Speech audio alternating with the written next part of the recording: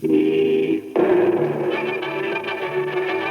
World Tomorrow. Garner Ted Armstrong brings you the plain truth about today's world news and the prophecies of the world tomorrow.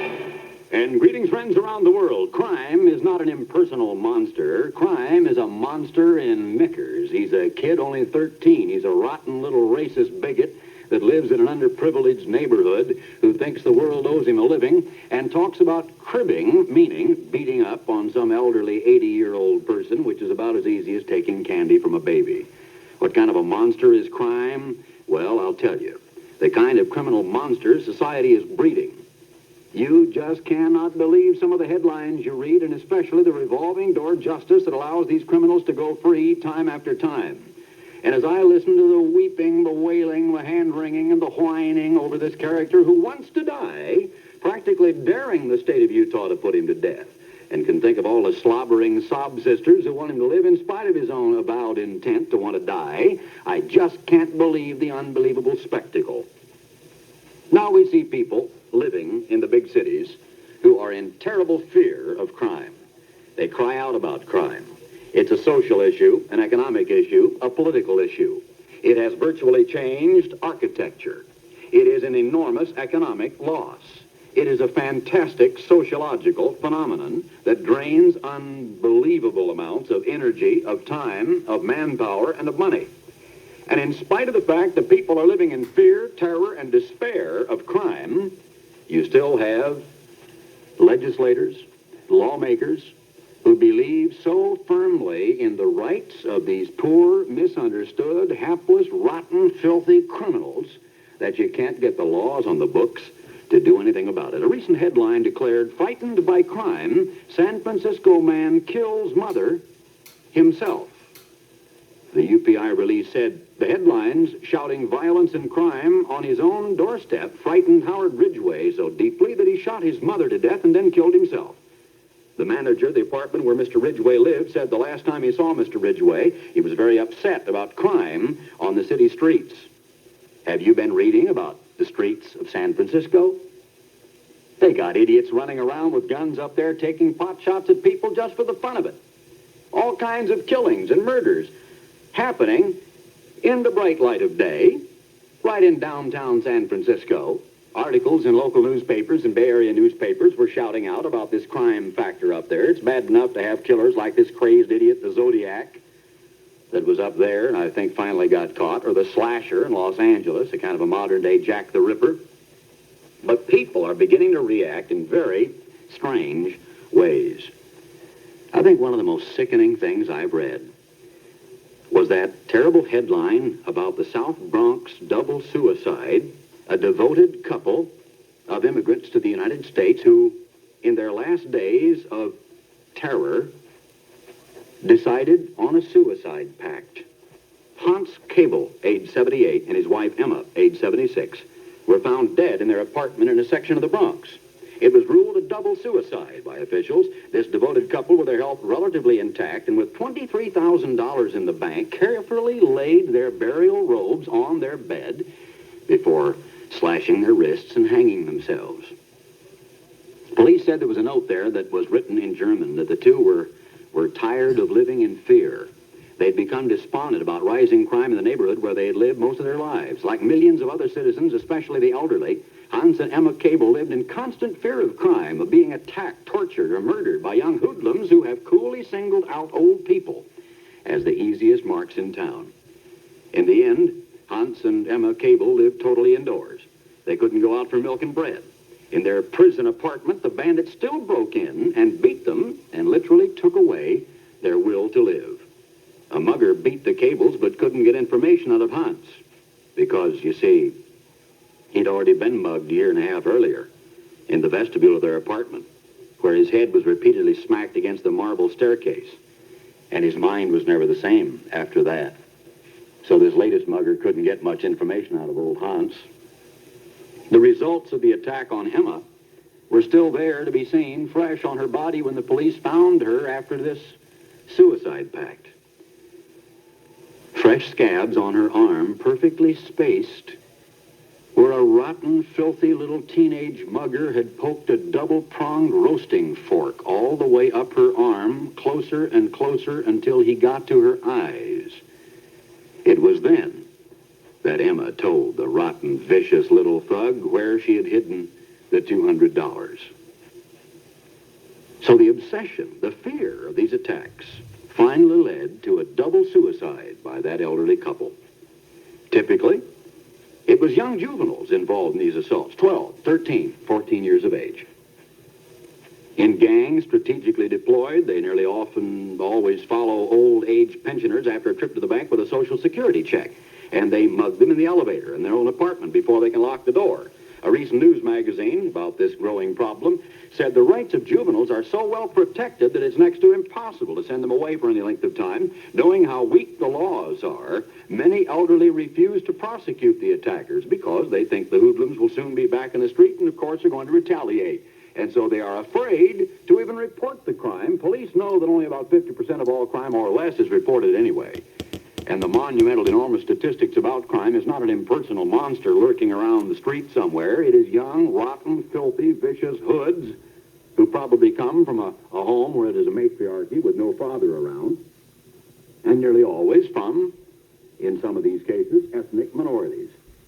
Knowing how weak these laws are, a lot of people are afraid to do anything about it. They think the police can't do anything. They know a slap on the wrist through the revolving door, back out on the street. 15 minutes later, the poor little misunderstood kid is sent home to his mother, who's probably out getting the latest trick because she's probably a streetwalker, drug pusher, or hooker. And so the kid goes back to his street environment of petty crooks, thieves, pimps, prostitutes, drug hustlers, and the rest, and probably gets a group of kids together and goes and pays the elderly couple a call who turned him in. And they live in that kind of fear. Why? It says in Ezekiel 7, verse 23, in the Bible, make a chain, for the land is full of bloody crimes, and the city is full of violence.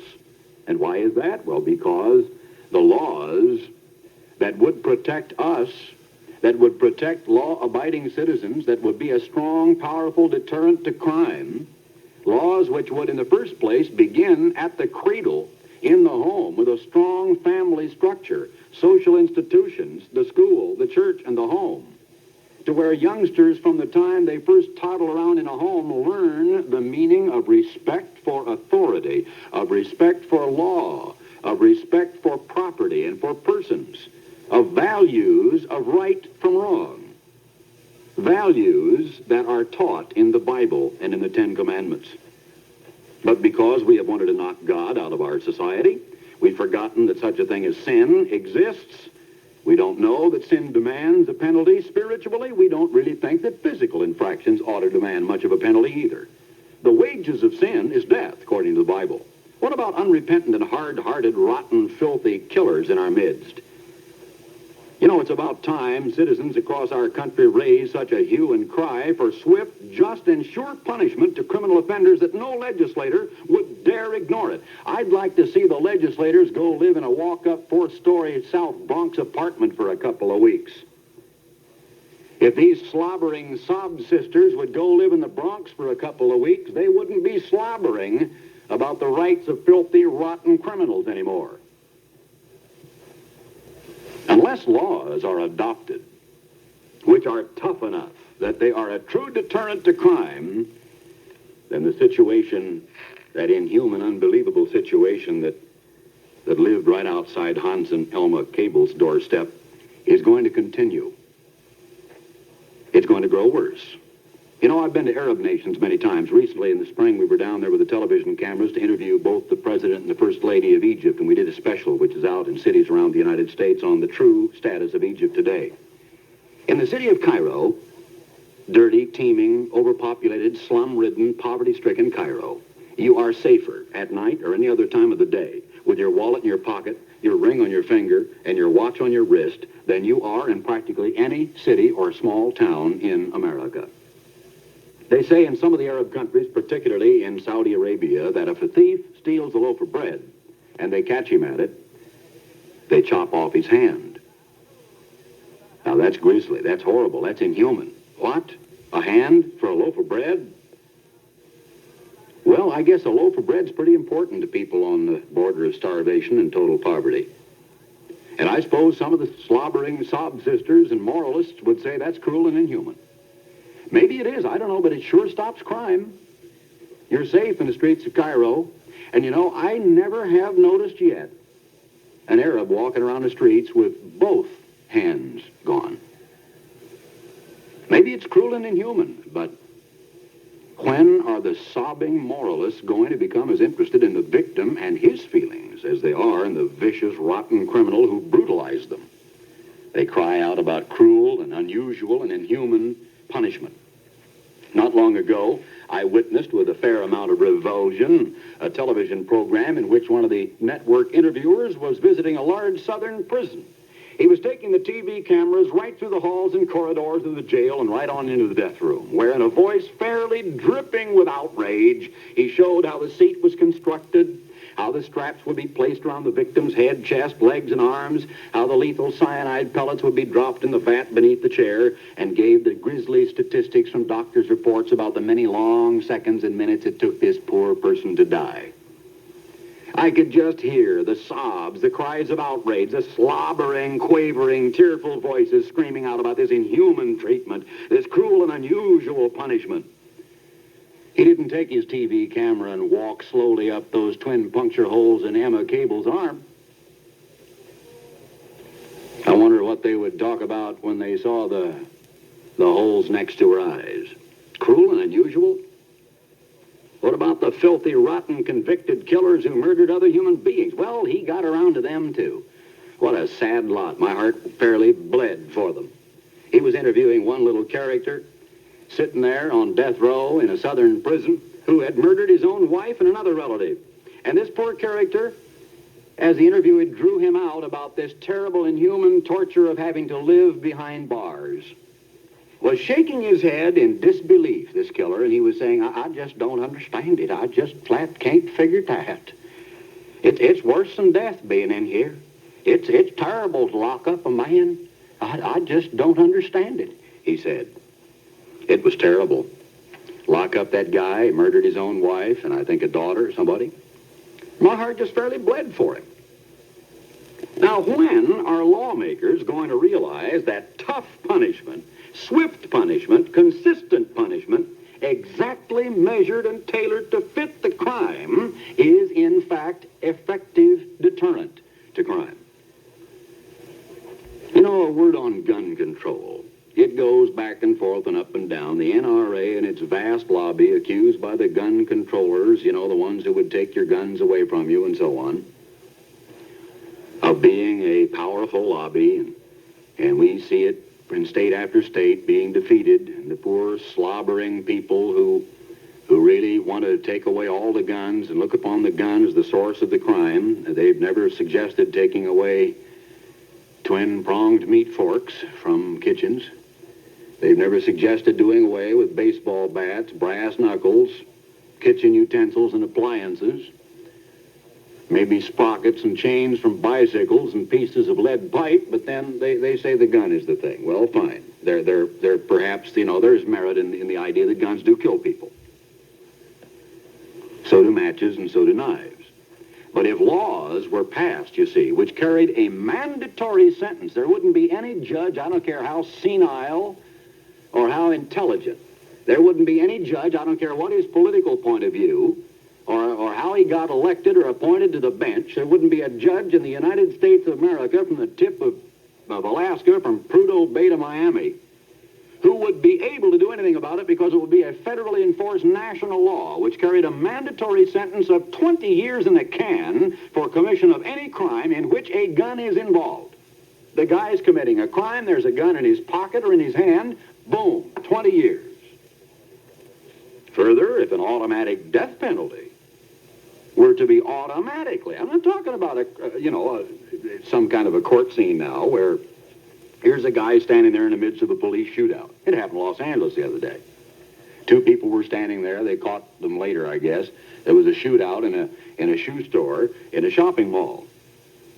And this filthy young crook, I guess, got what he deserved because, and I always sort of think, well, at least that saved the state a lot of money and me a lot of wretched reading and a lot of dragging it out in the newspapers because the poor cop, who at the present time as I speak to you is still lying in very critical, yet I understand stable condition with 5 bullet holes in him, several in his abdomen and his legs, at least while they're shooting it out, managed to kill the vicious young criminal who was trying to kill him. So, I haven't seen any TV interviews yet about the policeman's family. Maybe they will come along. But the other 2 people, the father of this crook and apparently a girlfriend, were both captured, or the girlfriend turned herself in. Now there's going to be a long, drawn-out trial, no doubt. But what if an automatic death penalty were inflicted in the case of injury or death occurring by the use of a gun during a crime? What if 20 years were given automatically for the commission of any crime in which a gun were used, and in case persons were injured or killed by the use of that gun, automatic death sentence? I wonder what you would be reading about armed robbery statistics and crimes where guns were involved in the next few years, if such laws were passed. Now, I don't kid myself laws like that are going to be passed. Am I kidding? What am I talking about? As long as we've got these slobbering, irrational do-gooder sob sisters quavering about the terrible, inhuman, cruel punishment inflicted by society on killers, rapists, kidnappers, and their ilk, then the law-abiding families of the United States are going to continue to live in fear. I once proposed that all wars ought to be fought in the nude, because it would seem so ludicrous to be standing there with a gun and a helmet looking at another fellow human being standing there stark staring naked out in the middle of a rainstorm wanting to kill the guy. I've also proposed that I think all peace parleys should be conducted by the legislators and the international advisors and the foreign ministers and all of those dignitaries sitting on the grass in the midst of a military graveyard. I also think legislators who write our laws about the punishment for crime ought to live in the 4th floor walk-up flats of the South Bronx, if you get the analogy. I think if people who were on the various state legislatures could only be elected to that body if they met one qualification: they had lost a very dear loved one as a result of crime. Their wife, their daughter, their son had been murdered. We should elect to the bodies who make the laws about crime only the relatives of victims, or victims themselves who survived. I think then it might be different. But as long as you've got safe homes, full stomachs, and fat wallets, you can sit there and slobber and quaver and cry with your nose dripping and your eyes wet as you think about these poor, misunderstood killers who are terribly in fear of dying in the gas chamber because they put some poor victim to death. Here recently in Pasadena, I was reading the grisly, rotten, filthy account of this wretched character who kidnapped a pregnant housewife right out of her home. Her husband's a lawyer. Maybe he can get something done about it. I don't know. But what's going through his mind as he reads the newspapers about this filthy character who took his wife pregnant with their child up into the mountains and around and so on, and then finally strangled her to death with an electric cord and dumped her body out near a Pasadena golf course, I can only imagine. It's quite likely that he will go free. I don't know. Do you know that people were actually speculating, and they just barely stopped it, I guess, but I had even understood in earlier reports that I think were false, that Richard Speck, the murderer of those 8 nurses in Chicago, and of course Hollywood long since wanted to make a grisly movie out of that because people wanted to sit there and munch popcorn while they vicariously enjoyed the spectacle of one after another, which meant 8 separate grisly, bloody, butcher knife murder scenes as they reenacted and relived this famous slaying of the nurses in Chicago, because that's what some rotten, upside-down, backward, perverse human minds want to wallow in. They made a movie out of it. But it was just barely stopped. I mean, he just barely, apparently, squeaked through by who knows what kind of a vote. Or Richard Speck would have been walking the streets today as a free man. Thankfully, the parole board denied the parole, and so the vicious killer is still behind bars. I wonder, what is the criterion? Let me see, is it 8? Would that be enough? Apparently not. That you can't kill a person just because he killed 8 nurses one after another with a butcher knife. Maybe would it be 10? Come on, legislators, write to me and tell me. I don't understand it. I mean, I'm kind of in the dark. Tell me now, we understood during the war that even during wartime with a uniform on and in a military post, that retaliation such as killing X number of civilians in retaliation for some of your military men being slain, such as wiping out whole Italian villages because patriots would knock off a few German soldiers, would get you the death penalty if they could hunt you down 20 years later. They talk about war crimes. And apparently some of the criteria there would be, well, if you killed 100 people or 1,000 people, or in Eichmann's case, perhaps hundreds of thousands or millions of people, then very certainly they want you dead. But 10 people, is that enough? 8? Now, you know this is ridiculous. It's utterly, unbelievably ridiculous. Americans for years have been frightened by the constant rise in crime. But hopefully we're beginning to see, along with that fear of crime, a growing anger about the way our system of criminal justice handles criminals. Because almost everywhere you go, you're hearing people beginning to complain a little bit that criminals arrested one day are right back in the street the very next day, committing new crimes before they can even be tried for the past crimes.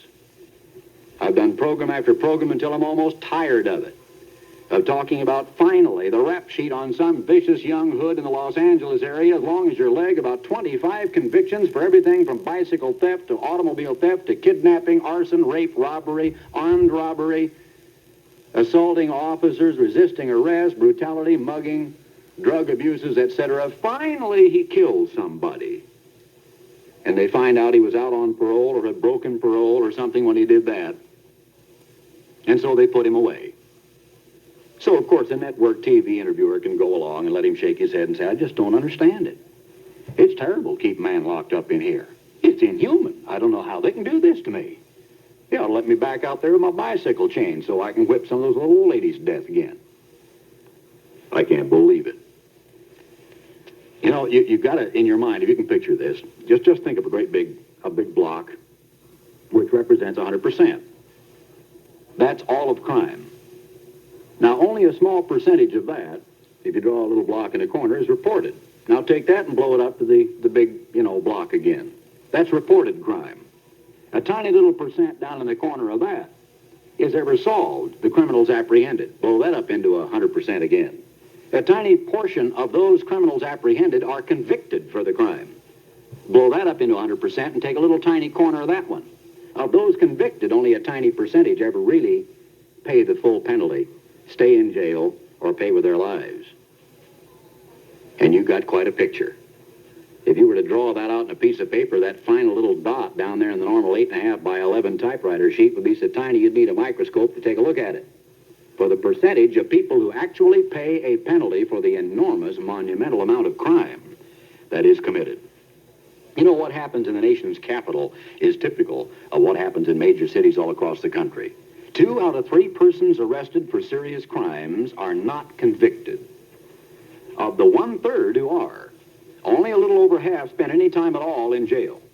And if they're convicted of 2 separate crimes, one right after the other, the chances are their sentences will be set to run concurrently, which means really they commit that second crime for free. 6 out of 10 who are arrested for felonies in Washington, D.C. have prior criminal records. Between 1971 and 1975, a mere 7% of all those arrested for serious crimes accounted for 24% of all such arrests. Each had been arrested at least 4 times in that period, some as many as 10 times. That's quite a workload for the police. Who are some of the least understood, most maligned individuals, that thin blue line out there, that exist today. But they're just a sort of a natural tendency in most people's minds to resent authority symbols. Like the kid who said, yeah, these cops always come through our neighborhood on these big old hogs, these motorcycles. They act like they big guy. They sit there with that white helmet on. What do they expect? The policeman is supposed to come through with a push cart and a monkey? What do they expect? The policeman's supposed to walk through barefoot with long hair and his clothes hanging off him without a. But what we're talking about is just the normal, natural hostility and resentment toward an authority symbol. The badge has become a target these days. Setups, where police are called to an alleged scene of a crime to be met by a shotgun blast at the door, happening all too often. You talk to the police. Get to know a policeman. Get to know his wife and family. Talk to him as a human being and find out what they say. And mostly they're going to tell you about repeaters and the inability of the criminal justice system, lenient judges, courts, and laws that cannot keep known criminals off the streets. They say there's not just one culprit. Maybe they make some bad arrests, sure. Maybe they fail to come up with hard evidence or reliable witnesses, yes. They're only able to make arrests usually in about 1 out of 5 serious crimes reported, as a matter of fact. But the police are overworked, overburdened, undermanned, and oftentimes underpaid. And an awful lot of inattention is given to where the real problem is. Favorite targets of public criticism these days are some of the judges. They're accused of being too lenient. Maybe some of them are. In the overall picture, though, really, even there, the judges play a relatively small role because theirs is the problem of trying to interpret some of these unbelievably wordy laws with thousands of loopholes and trying to satisfy the legislators.